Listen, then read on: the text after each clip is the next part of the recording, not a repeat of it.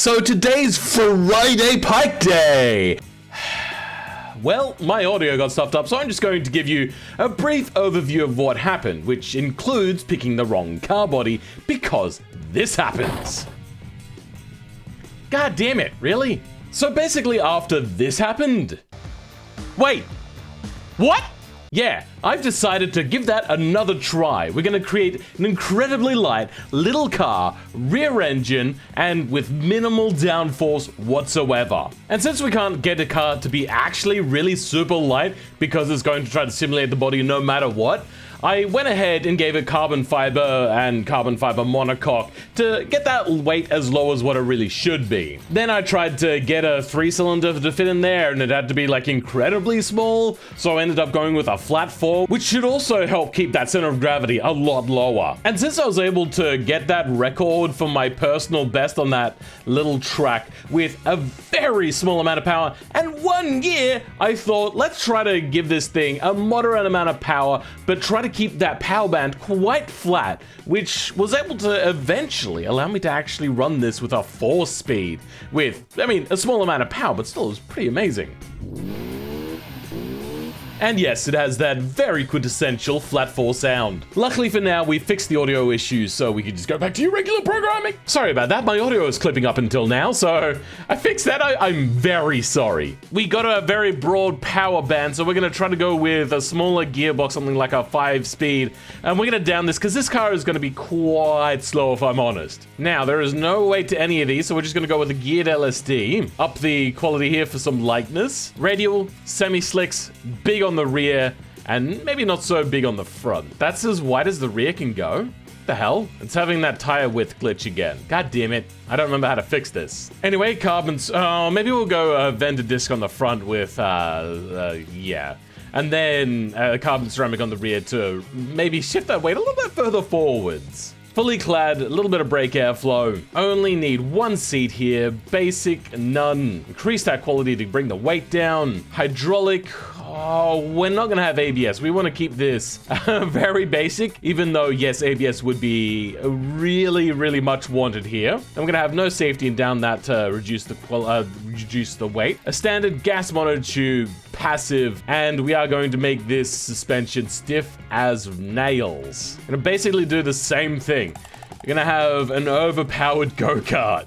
Now, can we get these wheels to do the right thing? 1 eternity later. So I spent about a half an hour trying to fix the wheel track and width issue that you get sometimes in this game, and I just cannot fix this. I've tried to fix this car by deleting it and reloading it like 4 times, and nothing is going to fix this goddamn issue. So we're just gonna have to live with just I hate it so much. You know what? This is actually not looking too particularly bad here with this speed. There we go, 212 kilometers an hour. So it should top out about there. This is pretty good. 3.7 to 100, not bad from, what was it, 80 kilowatts or something like that? 90.7 kilowatts, which is this much horsepower. I am pretty happy with this. Do we switch over to all-wheel drive though? Oh, it slows us down quite a bit. Oh no. It does help our cornering Gs, but I think we're not going to have that, no. There is nothing we can do here apart from make the brakes smaller. That's it. Do we get brake fade? Doesn't look like it, so we're probably safe anyway. 348 seems to be about the limit here. And let's just give this thing a bit of a try around the automation track. 205, which is pretty amazing. But we haven't even put downforce on yet. So we're gonna first start by making the body invisible, then make these windows invisible. Now, just to let you know, you can't really do this to make the windows invisible. 1, because sometimes there is the window frames like you can see here. And 2, because the window doesn't become actually invisible, it still has reflections on it. So you are going to want to actually use the body molding fixture family, this mod, to cut this out. We're also then going to, because we're going to make this all invisible as well, we're actually going to make the entire body invisible so we can get an idea of it. Same with the chassis, same with the suspension. And let's put on some of that downforce that I talked about. All right, now we're on to designing this car.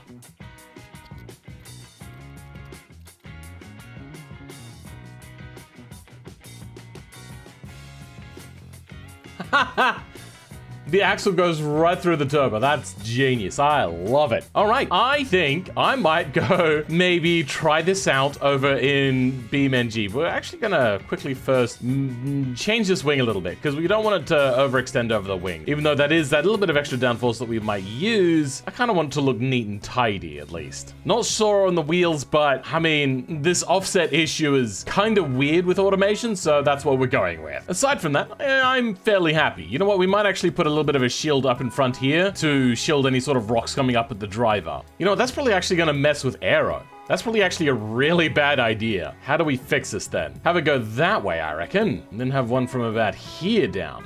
All right.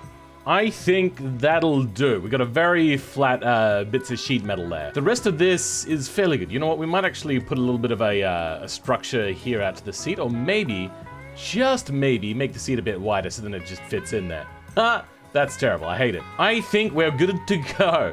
Now we're just gonna have to name this. We're gonna call this the Pull Blood Cart because it rhymes with cart. Shut up! I'm not that creative. What does it reckon we'll do now? Exactly the same time. Let's turn this front aerodynamics all the way up. Or it reckons we get a lot of oversteer then. Maybe let's not turn that all the way up. Now let's give it another try. 20579. All right, well, whatever. It's all good. All right, drivetrain. We did down this to a 4-speed, so it is a little bit lighter. I do like this. 342 kilograms. I think we're good to go. Oh yeah, that's right. There's actually still a lot of work to do. God damn it, really? Why is the suspension breaking? What the hell? Why? Why must you be like this? Good thing I didn't do all the modifications to start with. That's frustrating. Can't seem to find what the issue is. I've never had suspension break off before. That one is a weird one. Well, actually, hold on. No, I have had one before. Why is it every time I try to make a go-kart? What is up with this game? Why does it hate me? God damn it. 3 weeks later. Fine. I give up. I have been at this for probably an hour now, so we're just going to switch over to another body. Screw it. I don't care. I have to redo everything. Well, this is going to take quite some time, so I'm just going to quickly put a little bit here. If you think that I deserve to be a bigger YouTuber, maybe consider subscribing as well. Thank you very much. And okay, we're back. Yeah, I decided just to skip all of the steps, and now we have the car completely finished. Once again, we've got a color problem with our engine, so it's once again grayed out. I don't know. We do have a little bit of an oversteer issue. I'm not sure if that's going to affect us when we get the proper steering wheel set up, because currently I have just my keyboard and mouse. We're now going to try this over on the Pikes Peak track. For those of you following along at home, we're doing the Devil's Playground short. Well, this isn't the right place for a camera. What the hell? Okay, well, I had a whole bunch of issues with some oversteer which wasn't in the game. So I went back and I fiddled with some things in the code. And hopefully this thing now handles a heck of a lot better. And I've also moved the camera. I tried to move the camera relative position, but for some reason, I just can't seem to move it, and I don't know why. But anyway, we are going to give this thing a good hot red go. This car is just unstable. Jesus. All right, maybe we should lose that front wing. God damn. Wing 0. Let's hope this doesn't stuff anything up.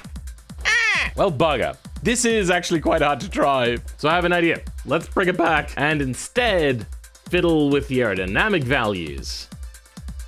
Let's see if that fixes it. Oh, Jesus Christ. Get the feeling this thing needs a balance of aerodynamics because this just isn't working. Let's hope doing this works. Come on, baby.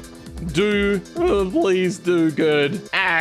It just understeers. So we did finally get this car working. Oh my, it was quite tricky. So I didn't change a whole lot. It was just a little bit of tweaking with the aero and a little bit of tweaking with the rear and front tire grip ratios. I reduced a little bit on the front and gave it a little bit more into the rear, which is something you can kind of do.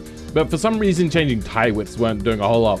Really, the two biggest issues is one, no ABS. So you can see here that I am moderately braking all the way up here, and it still manages to lock up. I love the fact though that when accelerating out of tall, steep corners, it just gets a little bit of wheel lift on the front, popping a little bit of a mono, sometimes on one wheel, sometimes on both wheels. It's just really cool to look at from this perspective inside of this roll cage where you can see where your tires actually are. It is really cool. I would suggest going down into the description, downloading this car and giving it a bit of a try. This is kind of the proof that there is still real driving in here. Though that ABS problem sucks balls. And no ABS is the worst thing in the world. I hate it so much. But really, it comes down to then your skill as a driver. And I think that's actually what makes this car a lot more fun. The other issue, which is the only real other issue I can think of apart from the fact that it doesn't have a bazillion horsepower, is the fact that there's an imbalance of the downforce, which is the thing that I was talking about all beforehand. It gets a progressively more downforce on the front, which is great up until a certain point. Then it becomes too much and it starts to really pull the front of the car backwards, causing it to spin out sideways. But if you're careful and you manage that no ABS thing, which is how cars used to be and still a lot of them are when they're racing up a hill, that it's manageable. It's quite dealable. You see there I got a little bit squirrely, but you are able to bring it in line if you are careful and a good enough driver. And I would suggest that if you practiced with this car, you could probably make any car particularly fast up here. You brake at the right points, and I do have to brake probably about 20% earlier, and it still manages to make me pack my DAX, going up to pretty much every corner. It just gets a little bit squirrely, but if you can do that, this is the perfect car for like a stage 2 learning. So you get the first stage where you learn how to drive a car, you get the second stage where it's this, which teaches you how to really use a car, and then you get like a real car, which you can do a good time with. Well, that actually made it up here quite easily, and it's not particularly fast. Especially since I'm having to fight this car the entire way, and that no ABS decision that I made, I am very much regretting that right now. Jesus. Currently, it's the second slowest car, only ever so slightly in front of the 1 liter economic car, which is a bit embarrassing, and a little bit in behind the Bertoni Pikes Peak car, which I kind of thought was faster than this, but apparently not. Let's give it another try. I swear I could do faster. Just gotta be a little bit more brave with those brakes. Ah, shit! Well then. Well, that didn't really do me much good at all. This thing needs ABS horribly. But where does that time put us?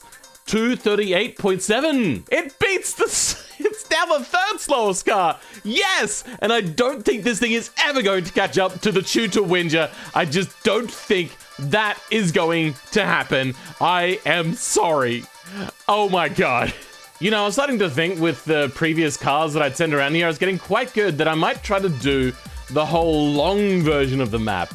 But I don't know if I could make it all the way up in this car. But you know what? I'm going to give it a try anyway. But I'm not going to go for a blistering lap. This car is dangerous. You know what this thing needs? It needs rear downforce, which is something which I thought, you know what? This really only needs a little bit of downforce on the front for when you're getting at higher speeds. But that makes the rear so skittish because it really does add too much grip to the front. And that is quite unfortunate, but for now, we're just gonna give this thing a little bit of a try. Oh dear, why am I putting myself through this? Ah! Luckily though, however, I was able to get this done on the second attempt. And, you know, that's kind of telling of this car. Once you respect the brakes and treat it with just a little bit of the touch of the kitty gloves there, so then it doesn't like get battered and bruised a little too much, this car will reward you. And I do think that this, you know, it is, yes, the most terrifying car I have ever made. There's never been a car quite so scary. There's been really hard to control ones, say like the top speed Aston Martin type car that I made. But this is legitimately scary, because at any point that lockup can happen in a way that you are not expecting it to, and then you just end up having to lift off and go wide. And then every time you come back onto a road that's a little bit bumpy, those front wheels lift up and you just think, I have no control. I am now ballistic. There's nothing you can do at those certain points in time. But really, this thing is quite good, especially if you started doing what I was doing, which is braking in the middle of the corner. Though you may look over to the left and just happen to notice that these brake temperatures are getting quite high. So once again, yes, I have made a car with minuscule brakes. I tried to make them out of much newer materials and stuff like that and gave them brake air cooling. But it just wasn't enough. These things would still cook themselves later on in the track. We haven't quite gotten there yet, but we are already starting to have problems with our brakes. Yeah, this is a long race, a 10-minute race. Like, this is probably worse than the Nordschleife. But really, the Pikes Peak track goes back much further for me, so I actually prefer Pikes Peak. I do want to do some Nordschleife stuff, but it is a little bit problematic since, really, to do it in BeamNG, there's only one mod out there, and I had to search hard for it, and it is also just a port from Assetto Corsa, so there may be some copyright issues there, but yeah, thanks Twin Turbros for making that mod. I'm planning to do that at some point. It's really the sort of track though that I want to do with other people, because it just feels like a fun racetrack, so I'm still undecided on what it is that I'm going to do with that one. But yeah, getting back to this car, I kind of am starting to look more and more at it, but that dial there in the screen, that's meant to have colors on it. I don't know why it's colorless. That's so disappointing. I also want to put those hubs in the wheels, inside of the actual wheels, which is something I did with a previous mod as well, and I'll do that for the upload for you guys to try it out. But as we go with this car, like, those brakes are starting to get to the point where they're about to cook every single time I go around the corner. Now, at this point, I haven't noticed, and I am actually braking at about a half brake a lot of the time, so it's amazing still that they were able to cook quite so quickly, and it's only about 3 minutes into the race. Oh boy. But let's get forward until it actually starts to become a problem. Here we break the 600-degree mark ever so slightly, but then the full cooked. At about 4.5 minutes in, we have our cooked brakes, and it just comes back now every single corner. I'm now having to brake even less than what I was before. So our braking points are getting longer and also a lot less aggressive. So we are starting to lose a huge amount of time just because these brakes are not that good, if I'm honest.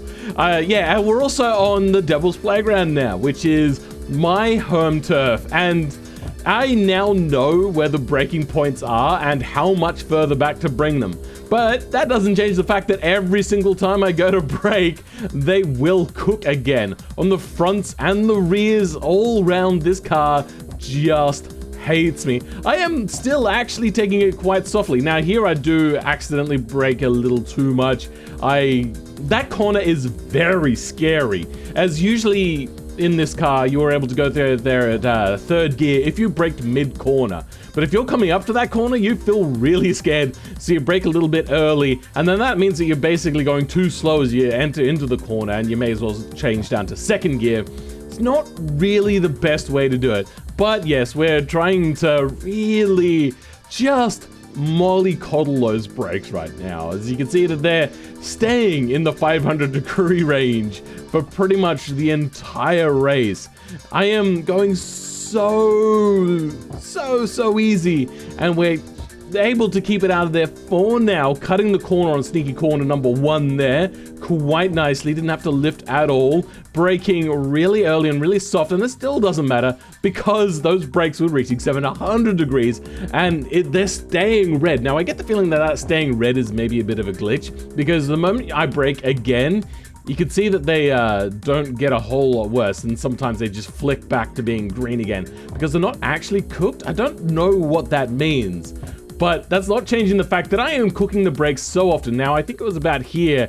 No, it wasn't this one. One of these corners, I end up going a little bit deep into, and I have to cook those brakes. Going around here wasn't quite so bad. You get a little bit of a lift off and a little touch of the brakes, and I got onto the dirt there, and that lifted up that front end, and that is always just a lot scary. there our braking was a little bit late, but at least we didn't cook the brakes this time. It's got to be this corner, I think, where I stuff it up, and then, yeah, here we go, and no, okay, well, no, I have a faulty memory. Replace RAM module, I suppose. Oh god, as you saw there's a little bit of a bump, and that ended up with the car understeering a little bit wide. I really do think that this thing would maybe benefit from a little bit of, what would you call it?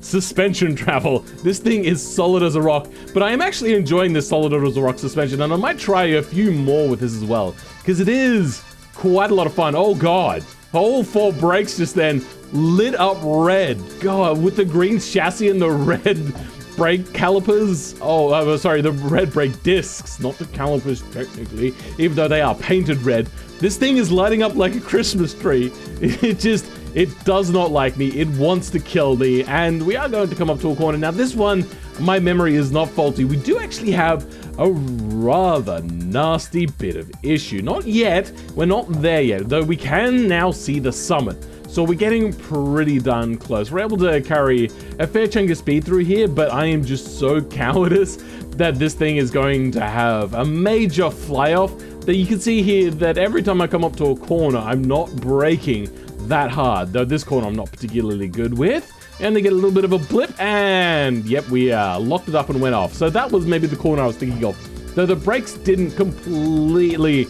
burst into flames that time. Only one of them did. So we're doing pretty well.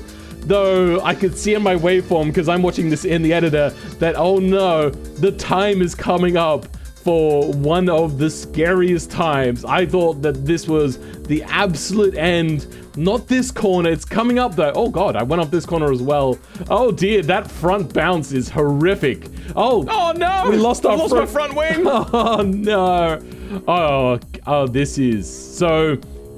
I got the times mixed up. That wasn't the one that I was thinking of. The one that we're thinking of is coming up in maybe, is it the next corner or the one after? But yes, oh god, this is a terrible recording. I'm so sorry. I am actually really enjoying watching this stuff back because I really do enjoy sim racing stuff. My favorite tubers are people like GP Laps, who's just like a very chill video creator. And here we go. Here's our issue. I've died. I'm dead. I'm going to the afterlife. Yeah, no, I actually didn't. So that turned out pretty well. And the other one is also Super GT. Super GT, I watch every single one of his videos. Also Basic Ollie. I watch a lot of sim racing stuff. Those are the guys which I watch every video of. Though I am getting back into Jimmy Broadbent, who I kind of stopped watching for a little while because he wasn't really doing the stuff I sort of wanted. Though I did like his streams because they were also quite chill and showed off a lot of skill.